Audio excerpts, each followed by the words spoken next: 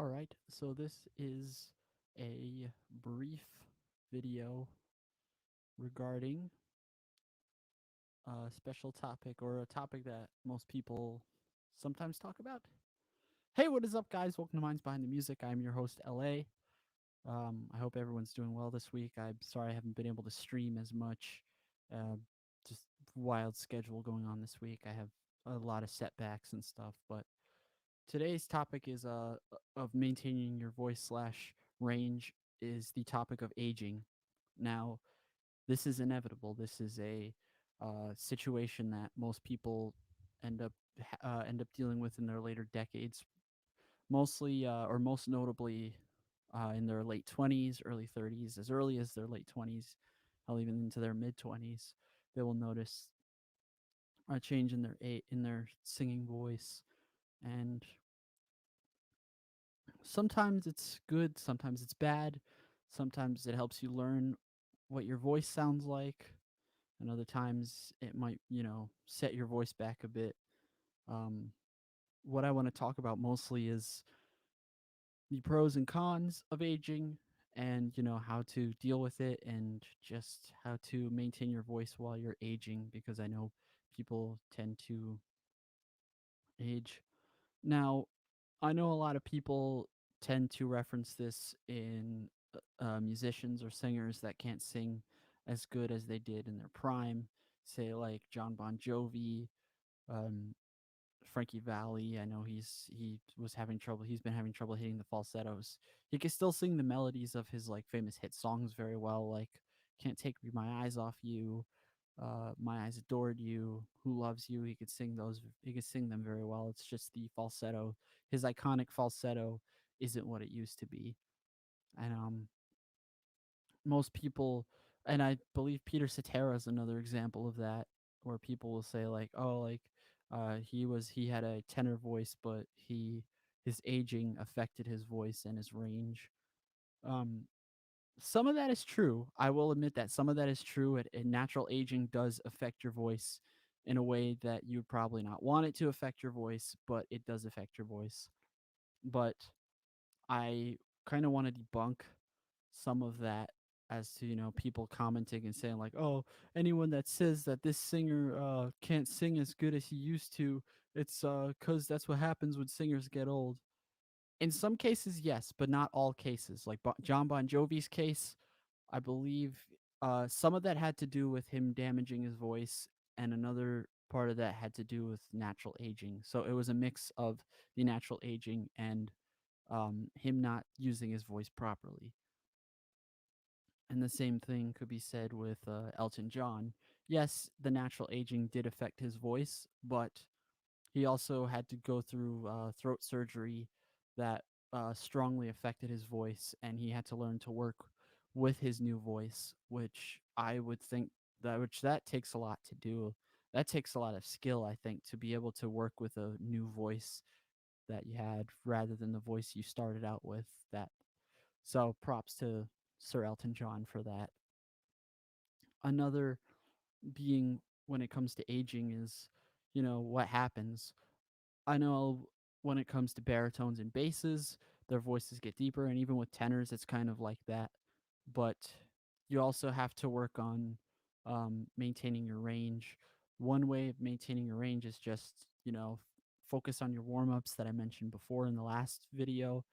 Um, just make sure you're speaking in a register that isn't limiting your voice because that actually does affect your voice negatively. I've learned that, and that's why I focus on. That's also goes with the previous lesson that I mentioned about timbre. Your voice could either negatively or positively affect your voice, but make sure that you're in a comfortable range of your speaking voice, not something that's too low but not too high, or where it seems like it's unusual. um, Peter Cetera from Chicago, I know that he was known for being able to hit those, go up in the stratosphere of the, or able to belt as really high, say during the Chicago Transit Authority years. But compared to now, which I believe he retired, um, he he has to stay in a certain range because of just how his voice aged. Um, for one, I know his speaking voice isn't very high, even for a tenor's voice. It's not very high, nor is it super. I'm not saying it's very low, but it's very like rich and it's like, it's unmistakable. And I don't know if that had to do with, you know, it might have had to do with he was unlucky and that was how his voice aged. And but at the same time, I think when your voice ages a certain way, that kind of helps you learn to do things differently, which in Peter Cetera's case, I think it helped him with his pitch and it helped him like he managed to really help make his timbre stand out really more like because I think Peter Cetera has just absolutely beautiful timbre in his voice. Um, I think it's done. It's again, it's had its ups and downs. Aging has its ups and downs. The upside of that is you learn more about your voice. The downside of that is you might not be able to do some of the things you could have done, say, when you were a teenager, say, when you were like 15, 16, 17. You probably won't be able to do certain things, which is fine. That's just how your voice is. That's how your voice matures. Like, say, you for example, say you're in high school, you start out with a you start out singing tenor 1. um you're not completely hitting puberty by then. You're say by the time you're a junior or a senior, you'll end up hitting bass 1 or bass 2, and that's normal. That's just your body um completely changing. That's just how puberty works. You're not always going to end up sounding the same as you did uh say 5 years prior. I know I don't sound the same as I did when I was in high school. Um, my falsetto has definitely suffered as a result, but I'm starting to learn new ways to approach it. You got to find new ways of approaching that technique or you got to find new ways of approaching different techniques in your voice because they're not always going to be the same. You might have been able to hit falsetto a certain way with no problem whatsoever, and now you have to learn how to do it without hurting your voice, which is understandable. I've been learning to do that. One way that I do it is when I start to hit higher notes, say for example, going for the one by Yes. I'm gonna pull up the lyrics because I don't want to butcher it. Going for the one by Yes. I'm gonna use Going for the One by Yes as an example because that's where, John Anderson does hit some pretty notable highs. Like okay, here we go. Get the idea across around the track underneath the flake of road bread. Just that kind of stuff. Like, he's hitting a very high note in that, and it's like, gotta make it. Like, you see how my stomach's going back a little bit. It's just kind of like more air is getting pushed out through my stomach, which is another way to do it when you're hitting falsetto. It's just, when you age, things are always going to change. Your voice is always going to change regardless. Even after you hit puberty, your voice is going to change. Um, you just got to learn to adapt. Some people will choose to, down tune their guitars, down tune their instruments, play in a different key, um, which is fine and dandy. Others will figure out what they're doing wrong with their voice and how they're trying not to hurt their voice. Like Bruce Dickinson, for example, one of the reasons he left Iron Maiden was because he was struggling with his voice. He wasn't being able to,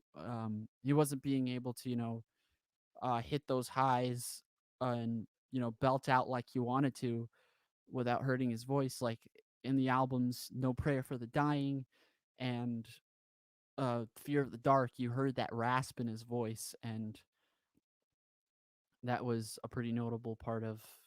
That was a pretty uh, noticeable part, or when you really look into it, that had to do with his voice. And one of the reasons he left Iron Maiden in the early '90s was because his voice was failing him, or his voice wasn't having the same energy as it did, say, uh, during the Peace of Mind, Power Slave years, those kinds of eras, and he needed to figure out what he was doing wrong. He figured out what he was doing with he eventually figured out what he was doing wrong with his voice, tried to figure out new techniques, uh made sure his voice wasn't make sure he wasn't doing anything that would negatively affect his voice, and he knew how to handle long tours, long nights, and just figured out what things you need to do right before you get prepared for a gig.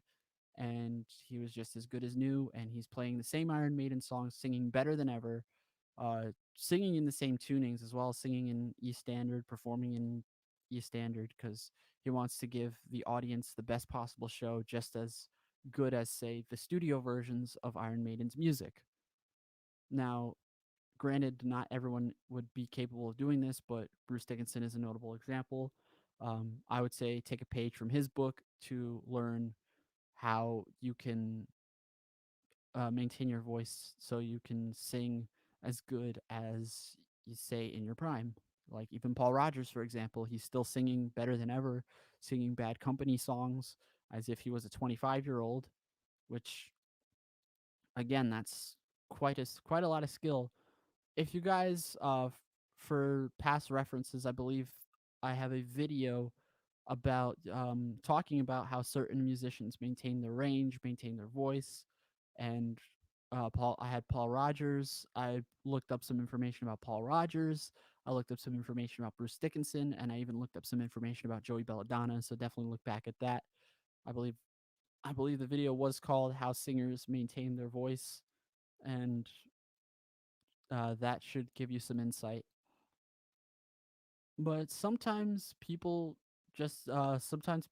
have different approaches to it. I know a lot of big singers, big pop singers or male pop singers like Harry Styles and Adam Levine from Maroon 5.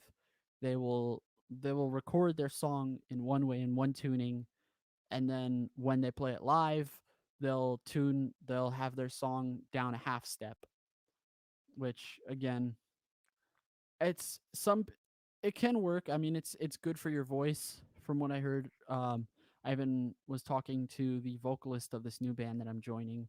He was saying that, he prefers to play stuff down a half step, mostly for his voice and just for the fact that he's not hurting his voice, which is understandable. That's one way to approach it.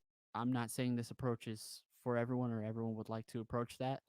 I know that, as a pet peeve, a lot of people want to play their songs just like the original or just like the studio version, but sometimes when it all comes down to it, you might have to end up doing that. I know a lot of artists out there, a lot of bands, a lot of musicians out there sometimes have to play their songs down a whole step or down a half step. I know that Geddy Lee from Rush, late in the later years of Rush, say in the early 2000s, early to mid 2000s, he had to start playing some of his songs down a whole step. I believe he played Circumstances from Hemispheres, the 1978 Rush album. He started playing that. He started playing that down a whole step because I believe it's in A minor, and then he started playing it in G minor. He started playing 2112 down a whole step,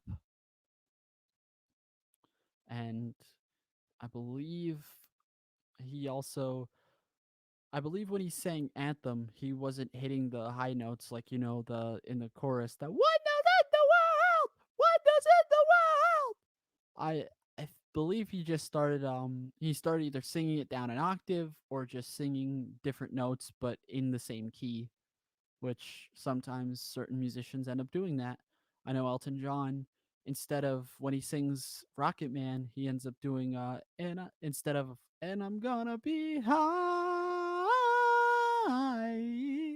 Instead, I believe when he sings it live now, he's like, "and I'm gonna be high," because he can't hit that falsetto that high, and that's a different way to compromise your aging voice or a different way to deal with those issues or deal with that kind of thing. I believe whenever when John Anderson was still in Yes, he sang "Going for the One." Going for the One was originally recorded in E, but he then started playing it in D, which is some way to deal with it, another way to compromise with that. Everyone and I know that some people, again, it's it's not it's not a change that people would want to talk about, but it is something that's inevitable. Now, am I saying that, you always have to resort to playing in a lower key, playing in this and that? No, but you have to figure out what fits your voice better instead of, you know, doing like hurting your voice, or, you know, if you want to still play it in the original key, look at what you're doing wrong. You might not even be able to perform your songs hitting the same notes, which is understandable. When I play some of my songs live, I don't do it exactly like I would do it in the studio version. um, I would have to end up hitting some notes. I would have to take my time with it. Even if you say, look at Paul Rogers when he performs in Bad Company, sometimes he would not sustain certain notes as much, and he would not push himself too hard to where he thinks that he would hurt his voice trying to sound like the original record. Now, again, this is not me trying to say, oh, his voice aged, his voice sounds terrible now. No, it's just him being smart with using his voice. And I think that I have nothing but respect for Paul Rogers because, you know, he could still sustain those notes. He's proven well enough that he could sustain those notes, hit those notes. He still has his range. He's proven that well enough, but he's also proven that he knows how to take care of his voice and how he handles with the aging. um, Another way is just keep in mind of what you eat, keep in mind of your diet, make sure you're getting enough sleep, make sure you're eating and drinking as much as you can, like drinking enough water. Like I said that, let me put the tagline over here. I'm gonna put the hashtag drink your water. Speaking of which, my water bottle's over there. Let me go walk over and get it so I can practice what I preach.